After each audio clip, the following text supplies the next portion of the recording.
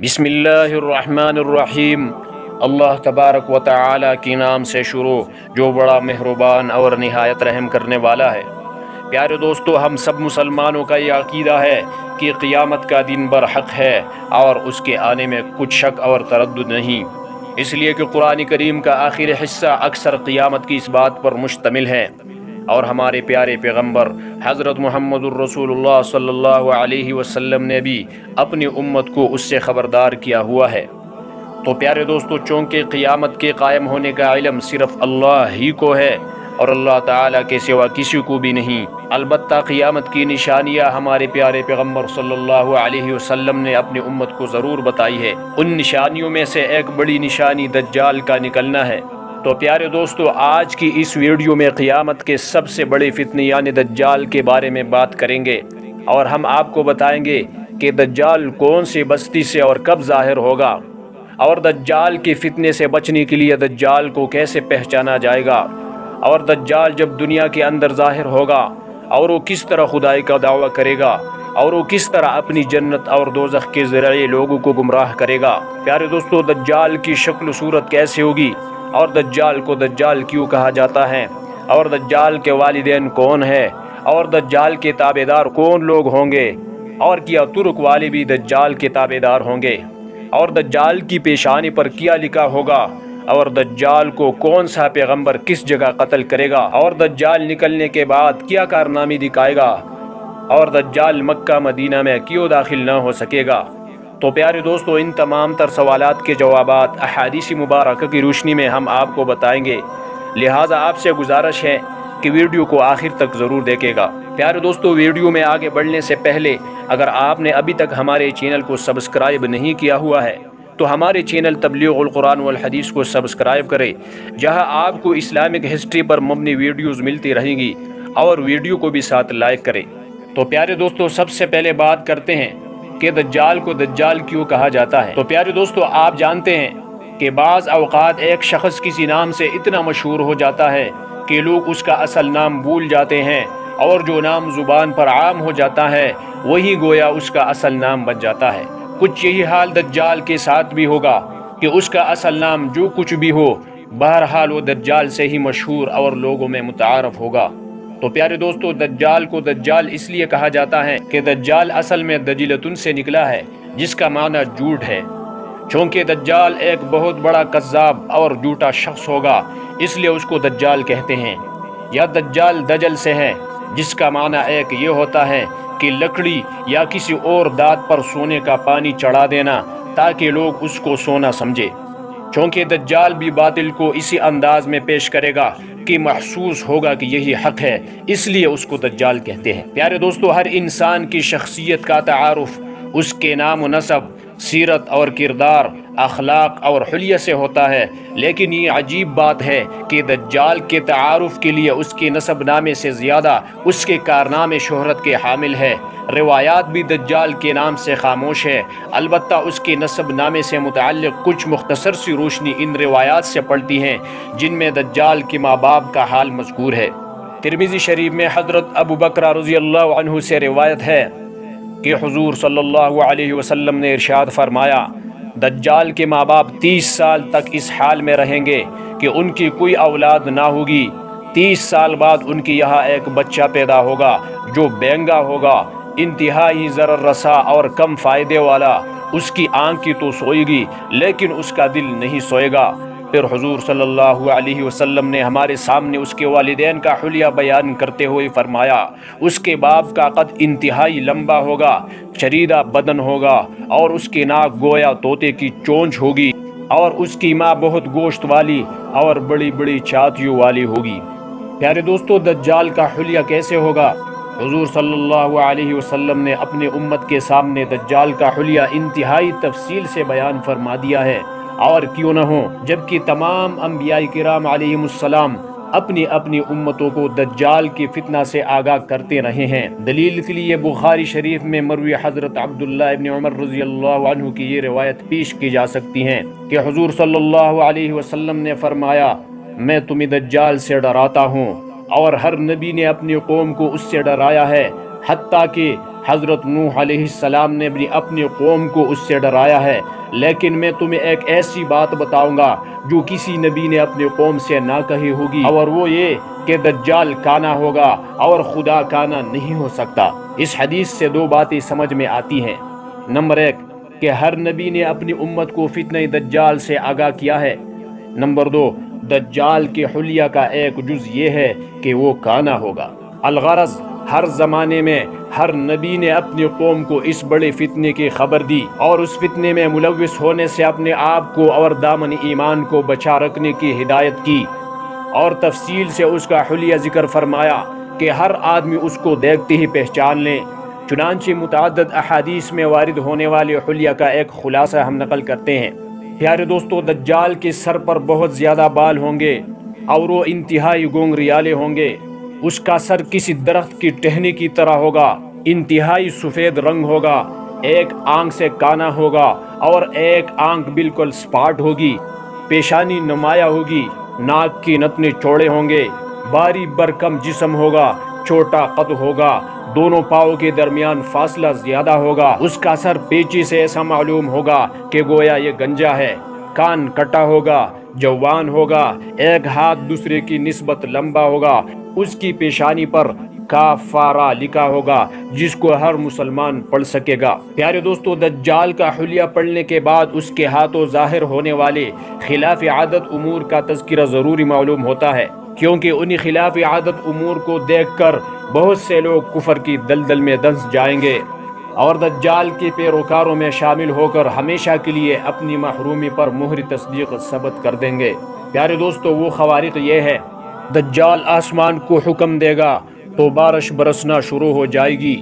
زمین کو حکم دے گا تو وہ اپنی تمام پیداوار باہر نکال کر رکھ دے گی۔ اسی طرح کسی ویرانے پر گزرتے ہوئی زمین سے کہے گا کہ اپنے خزانے اور دفینے نکال دے، تو زمین کے خزانے اس کی پیچھے اس طرح چلیں گے جیسے شہد کی مکھیاں اپنی ملکہ مکی کی پیچھے چلتی ہیں۔ دجال کے پیروکاروں اور اس پر ایمان لانے والوں کے لیے ہر طرح کا سامان، آرام و راحت موجود ہوگا، چنانچہ ان کے اونٹ شام کو اس حال میں لوٹا کریں گے کہ ان کی کوہان خوب اونچے، تن لبریز اور کوکیں بری ہوئی ہوں گی۔ دجال پر ایمان لانے سے انکار کرنے والوں کے لیے بڑی سخت آزمائش کا وقت ہوگا،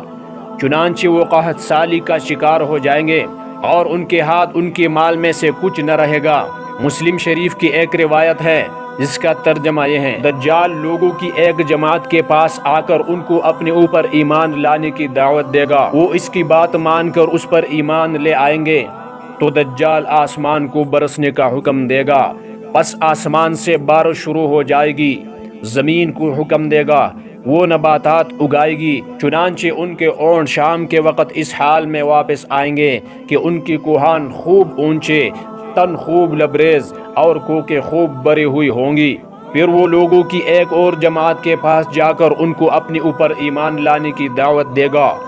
وہ اس کی بات کو رد کر دیں گے اور دجال وہاں سے چلا جائے گا اور یہ لوگ قحط سالی کا شکار ہو جائیں گے، ان کے ہاتھوں میں ان کا کوئی مال باقی نہ بچے گا۔ اور ابن ماجہ میں ہے کہ دجال کو قدرت خداوندی کی طرف سے اتنی ڈیل دی جائے گی کہ وہ اس دنیا میں جنت اور جہنم کو اپنے ساتھ لیے پھرا کرے گا، جو اس کی بات مان کر اس پر ایمان لے آئے گا اس کو وہ اپنے خود ساختہ جنت میں داخل کر دے گا، حالانکہ دجال کی جنت میں داخل ہونا گویا دجال کی رب کی جہنم میں داخل ہونا ہے،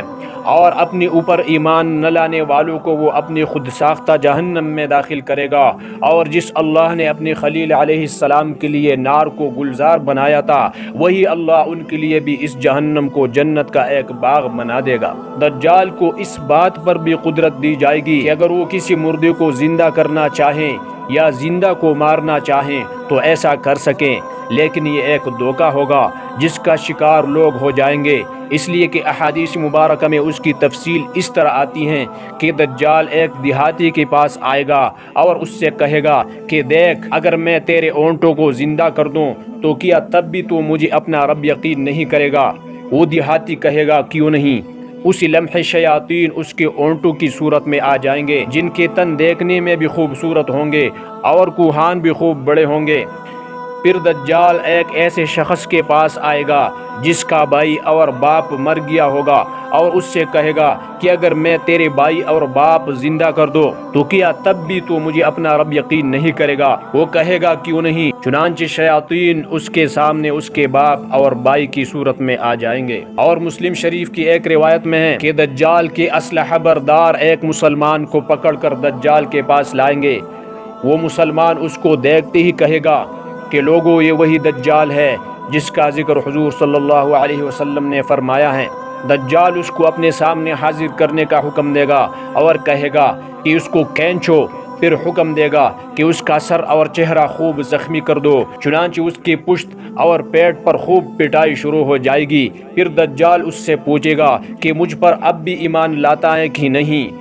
وہ کہے گا کہ تو وہی مسیح کذاب ہے۔ یہ سن کر دجال ایک آرا منگوائے گا اور جسم کے اس حصے پر رکھ کر چلائے گا جہاں سے جسم دو برابر حصوں میں تقسیم ہو جائے، چنانچہ اس کا جسم دو ٹکڑوں میں بٹ جائے گا اور دجال ان دونوں کے درمیان چلے گا۔ پھر اس سے کہے گا کھڑا ہو جا، تو وہ سیدھا کھڑا ہو جائے گا۔ دجال پوری زمین پر گھومے گا اور فساد مچاتا پھرے گا۔ چونکہ یہ مدت تھوڑی ہوگی اس لیے اس کو انتہائی تیز رفتار سواری مہیا کی جائے گی اور محسوس ہوگا کہ گویا زمین اس کے لیے لپیٹ دی گئی ہے۔ بلکہ مسلم شریف کی روایت میں تو ہے کہ دجال کی صورت اس بارش کی طرح ہوگی جس کے پیچھے سے ہوا اس کو دھکیل رہی ہو۔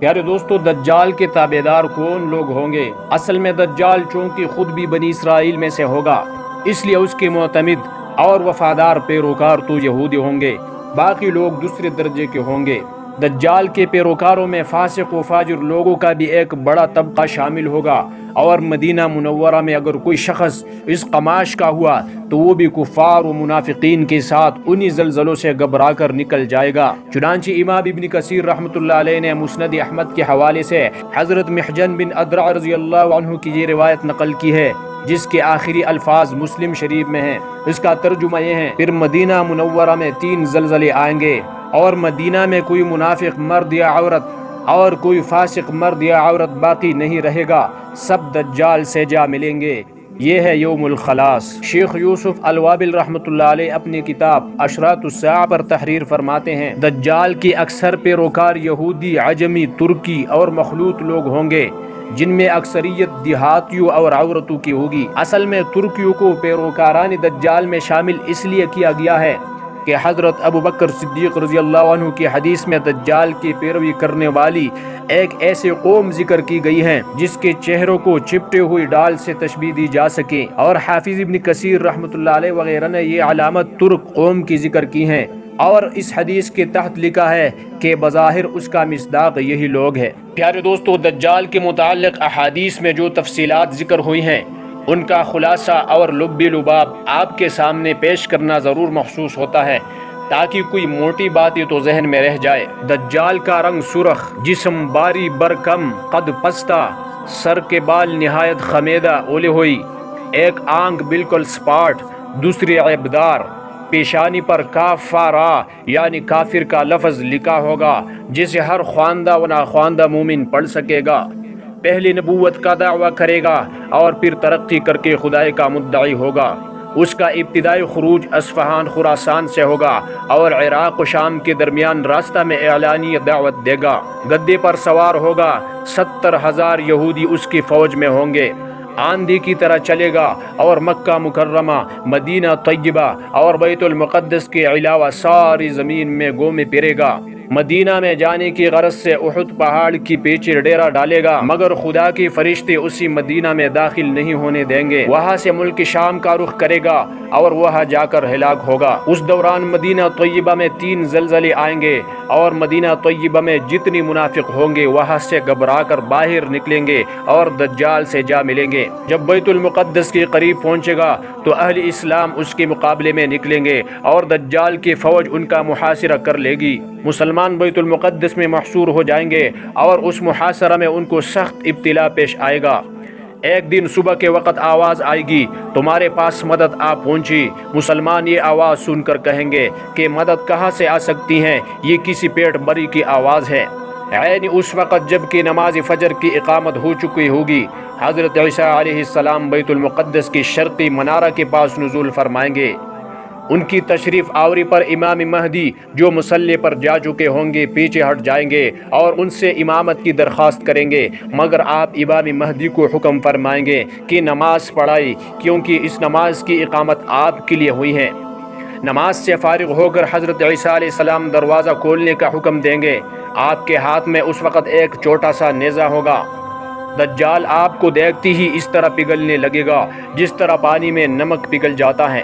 آپ اس سے فرمائیں گے کہ اللہ تعالیٰ نے میری ایک ضرب تیرے لیے لکھ دی ہے جس سے تو بچ نہیں سکتا۔ دجال بھاگنے لگے گا، مگر آپ بابلود کے پاس اس کو جا کر پالیں گے اور نیزے سے اس کو ہلاک کر دیں گے۔